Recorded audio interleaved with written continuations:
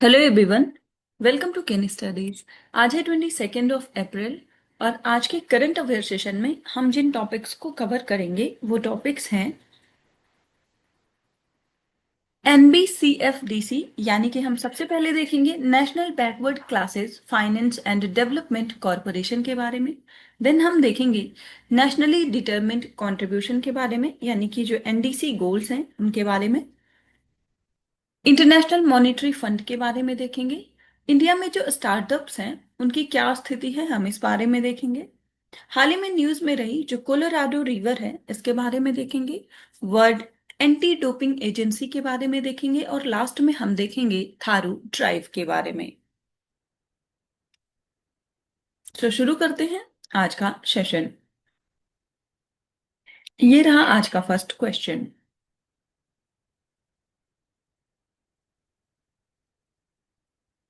With reference to the National Backward Classes Finance and Development Corporation, consider the following statements.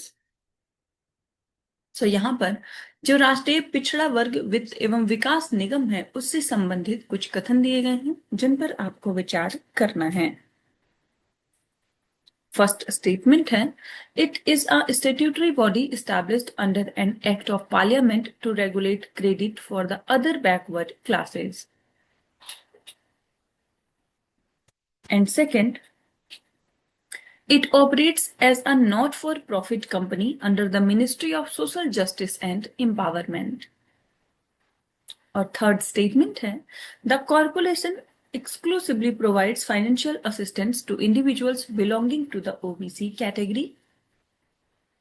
And fourth, it facilitates vocational training through the PM Daksh योजना। आपको बताना है कि ये जो राष्ट्रीय पिछड़ा वर्ग वित्त और विकास निगम है इससे संबंधित यहाँ पर कितने ऐसे स्टेटमेंट्स हैं जो कि करेक्ट हैं।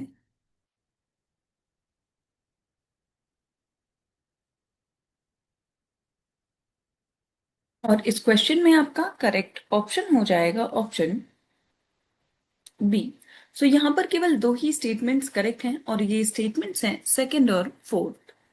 फर्स्ट स्टेटमेंट यहाँ पर इनकरेक्ट है क्योंकि एनबीसी एफडीसी जो है ये एक नॉन स्टैट्यूटरी बॉडी है। और थर्ड स्टेटमेंट जो है वो भी इनकरेक्ट है क्योंकि इसमें सिर्फ ओबीसी कैटेगरी शामिल नहीं है, इसमें ओबीसी कैटेगरी के साथ जो D notified nomadic semi nomadic tribes हैं ये भी शामिल हैं, सीनियर सिटीजन्स भी हैं, साथ ही इसमें ट्रांसजेंडर पर्सन्स को भी शामिल किया गया है। आप यहां देख सकते हैं डिटेल में। So NBCFDC is not a statutory body, but it was incorporated as a company under the Companies Act 2013.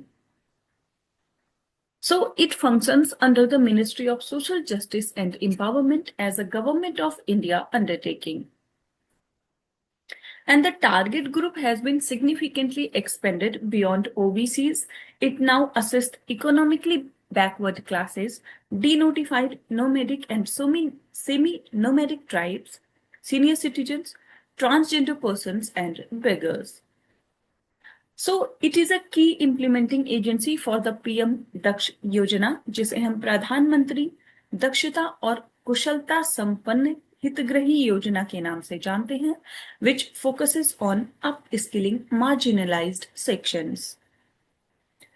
So the corporation plays a vital role in last mile credit delivery through state channelizing agencies and microfinance through self-help groups. And in financial year 2025-26, it achieved a historic disbursement of 613 crore rupees, demonstrating high fund utilization and wide geographical coverage. So schemes like BISWAS interest submission scheme further reduce the financial burden on small entrepreneurs. तो अब ध्यान रखेंगे, हाल ही में news में रहा ये जो national backward classes finance and development corporation है ये एक नॉन स्टैट्यूटरी बॉडी है और ये फंक्शन करती है under the ministry of social justice and empowerment. बढ़ते हैं नेक्स्ट क्वेश्चन की ओर।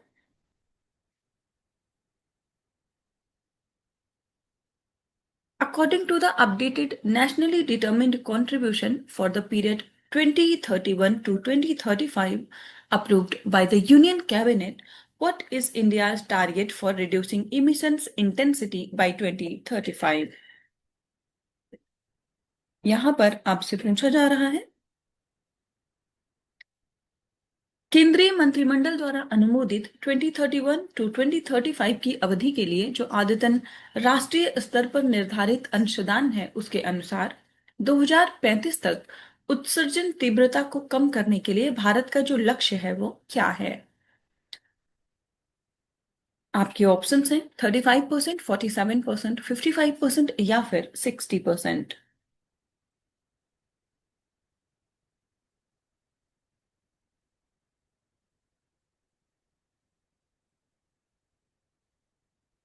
और इंडिया का जो इमिशन इंटेंसिटी रिड्यूस करने का टारगेट है बाय 2035 ये है 47%। आप देख सकते हैं। So the Union Cabinet has approved India's nationally determined contribution for the year 2031 to 2035 to be communicated to the UNFCCC. So the updated NDC sets a target to reduce emissions intensity of India's GDP by 47% by 2035.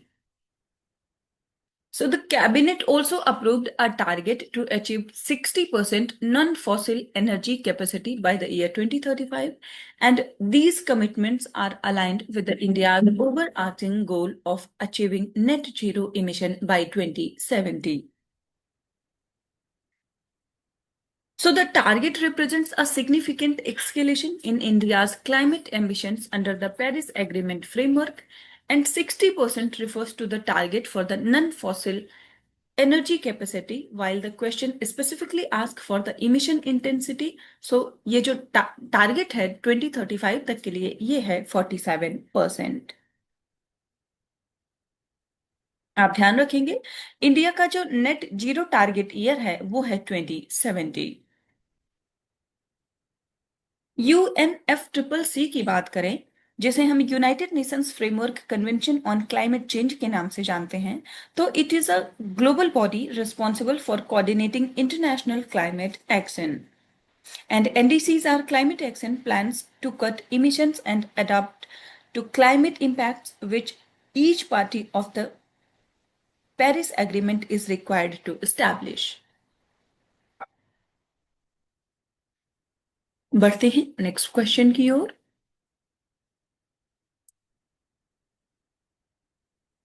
According to the latest International Monetary Fund estimates for the 2025, what is India's position in the global economic rankings?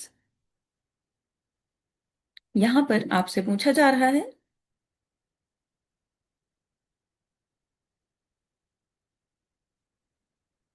अंतरराष्ट्रीय मुद्रा कोष के 2025 के नवीनतम अनुमानों के अनुसार वैश्विक अर्थव्यवस्था रैंकिंग में जो भारत की स्थिति है वो क्या है?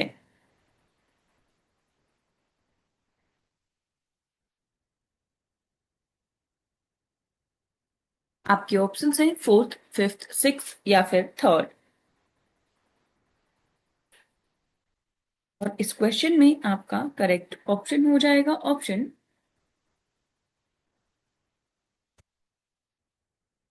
सी। सो जो इंडिया की रैंक है ग्लोबल इकोनॉमिक रैंकिंग में वो है 6th। आप देख सकते हैं According to the latest International Monetary Fund estimates updated in April 2026, India has slipped to the 6th largest economy in the world for the year 2025. So the IMF has pegged India's economy at $3.92 trillion for 2025, which is lower than the United Kingdom's $4 trillion. Japan holds the 4th position with a $4.44 trillion, while the UK occupies the 5th spot, pushing India to the 6th. So despite a 9% nominal growth in rupee terms, the rise in dollar term was slowed by a strengthening US dollar and the rupee's depreciation. Although India slipped in rank, it remains the fastest growing major economy globally, with projections suggesting a return to the top 3 by the 2031. इसके साथ ही अगर हम top global economies की बात करें, जो top place पर country है वो है यूनाइटेड स्टेट्स, सेकंड प्लेस पर है चाइना और थर्ड प्लेस पर है जर्मनी। आपने देखा कि फोर्थ प्लेस पर है जापान, देन फिफ्थ प्लेस पर यूनाइटेड किंगडम और सिक्स्थ प्लेस है भारत का। 2024 की जो रैंकिंग थी आईएमएफ की, उसमें भारत की जो रैंक थी वो थी फिफ्थ। बढ़ते हैं नेक्स्ट क्वेश्चन की ओर।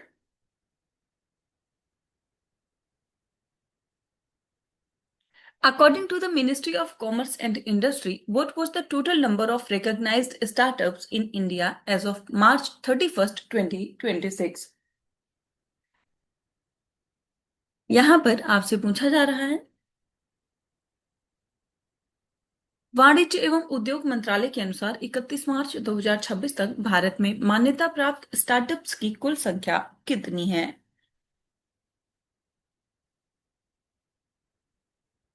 आपके ऑप्शंस हैं 1.07 लाख, 2.23 लाख, 55,200 या फिर 38,600।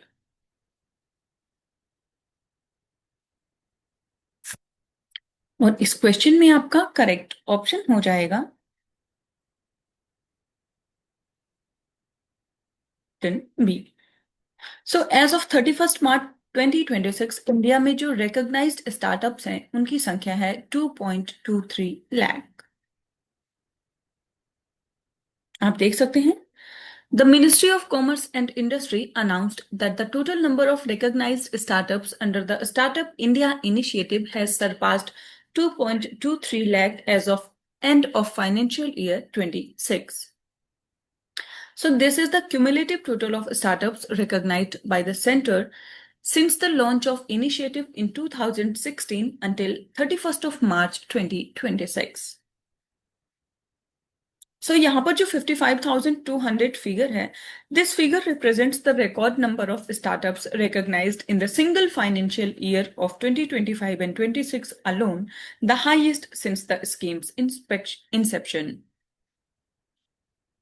Then 1.07 lakh, nearly 48% of the total recognized startups have at least one women director or partner, showcasing rising female entrepreneurship.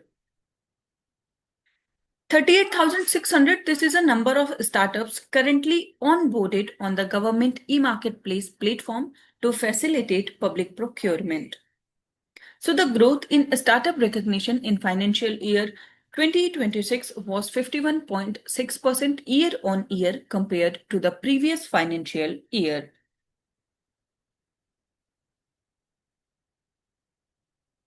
आप ध्यान रखेंगे, जो स्टार्टअप इंडिया इनिशिएटिव है इसको शुरू किया गया था 2016 में।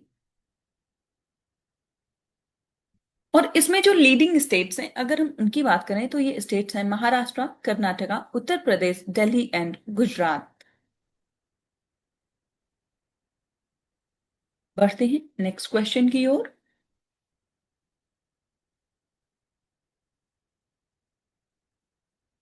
Colorado River recently seen in the news borders which of these? यहां पर आपसे पूछा जा रहा है, हाल ही में खबरों में छाई रही जो कोलोराडो नदी है वो निम्नलिखित में से किन दो देशों की सीमा बनाती है?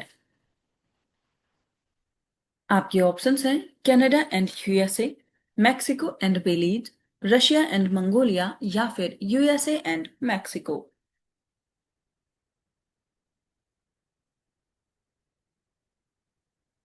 बताना है कोलोराडो रिवर जो है वो किन दो देशों की सीमा बनाती है। और इस क्वेश्चन में आपका करेक्ट ऑप्शन हो जाएगा ऑप्शन डी। सो ये सीमा बनाती है यूएसए और मैक्सिको की। आप देख सकते हैं, recently, the mystery of the Colorado River's missing water has finally been solved by the scientists from the University of Washington, revealing a critical shift in the American's West hydrological cycle. So, Colorado River की बात करें तो Colorado is a major river of North America and it rises in the Rocky Mountains of Colorado US. So it flows generally west and south for 1450 miles and empties into the Gulf of California in northwestern Mexico. So it flows through 7 US states and 2 Mexican states. And the river drains a vast arid and semi-arid sector of the North American continent, and it is often referred to as the lifeline of the Southwest. So this river forms several major reservoirs, including Lake Mead and Lake Powell.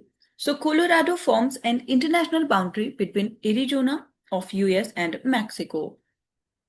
It has several tributaries, including Green, Gunnison, San Juan, Dolores, Little Colorado, Gila, and Virgin rivers. So one of the Colorado River's most famous feature is the Grand Canyon, which is carved over millions of the years. And this breathtaking landscape is a UNESCO World Heritage Site and a major tourist attraction. So this river also flows through Canyonlands National Park and Horseshoe Bend in the Arizona. तो आप ध्यान रखेंगे, हाल ही में news में रही ये जो Colorado river है ये बॉर्डर बनाती है बिटवीन यूएसए एंड मैक्सिको। बढ़ते हैं नेक्स्ट क्वेश्चन की ओर।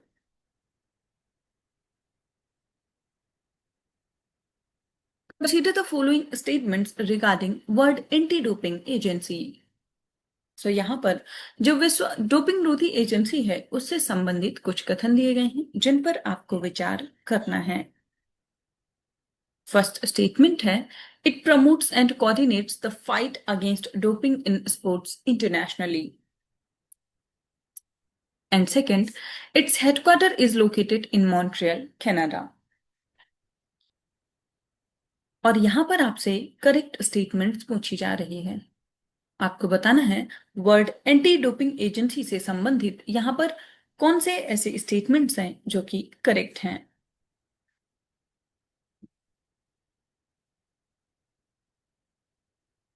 और इस क्वेश्चन में आपका करेक्ट ऑप्शन हो जाएगा ऑप्शन सी। सो यहां पर ये दोनों ही स्टेटमेंट्स करेक्ट हैं। आप देख सकते हैं।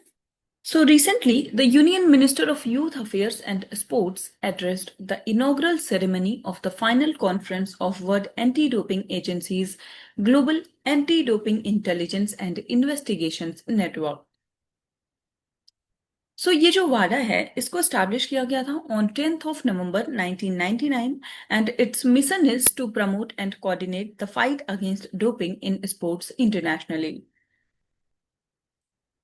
So its role is to develop, harmonize, and coordinate anti-doping rules and policies across all sports and countries. Its activities include scientific and social science research, education, intelligence and investigations, development of anti-doping capacity, and monitoring of compliance with the World Anti-Doping Program. और वाडा का जो headquarter है वो स्थित है Montreal, Canada में।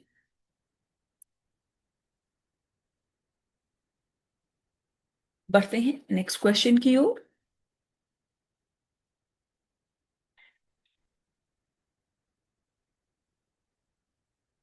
Tharo tribe recently seen in the news is mainly found in which Indian states? यहां पर आपसे पूछा जा रहा है हाल ही में समाचारों में देखी गई जो थारू जनजाति है वो मुख्य रूप से किन भारतीय राज्यों में पाई जाती है। आपके ऑप्शंस हैं Assam, Nagaland and Manipur. Second, Kerala, Tamil Nadu and Karnataka. Third, Uttarakhand, Uttar Pradesh and Bihar, या फिर राजस्थान, गुजरात एंड मध्य प्रदेश। और इस क्वेश्चन में आपका करेक्ट ऑप्शन हो जाएगा ऑप्शन सी। सो थारू ट्राइब जो है वो मेनली पाई जाती है उत्तराखंड, उत्तर प्रदेश और बिहार राज्य में। आप देख सकते हैं The Lucknow bench of Allahabad High Court recently set aside a district level committee's decision to reject the community forest right claims of the Tharu tribe in Lakhimpur Kheri. So इस वजह से ये जो ट्राइब है ये काफी news में रही है। थारू ट्राइब की बात करें तो it is one of the indigenous groups living in the Terai plain of the Indo-Nepal border and the Tharu are the largest and oldest ethnic group of the Tarai region. So they live in both India and Nepal, and in the Indian Tarai, they live mostly in Uttarakhand, Uttar Pradesh, and Bihar. In 1967, this tribe was documented as a scheduled tribe by the government of India. So they have their own language called Tharu or Tharuhati, a language of the Indo-Aryan subgroup of the Indo-Iranian group of Indo-European family. Economy की बात करें तो most Tharu practice agriculture, raise cattle, hunt, fish, and collect forest products. And most of their food involves rice, lentils, and vegetables. So Tharu's traditional homes known as Badaghar are made with local materials such as mud, wood, and thatch.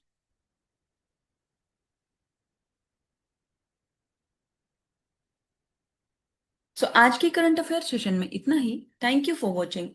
Do like, share, and subscribe.